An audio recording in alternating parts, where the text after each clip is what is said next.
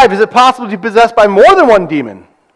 He shouted at the top of his voice, What do you want with me, Jesus, Son of the Most High God?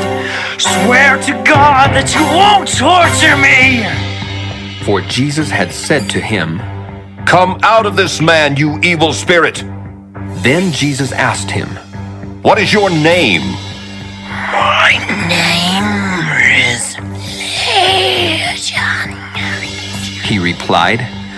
for we are many.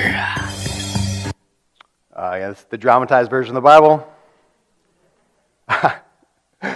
I thankfully have never heard a demon talk to me that I know of. I'm good with that.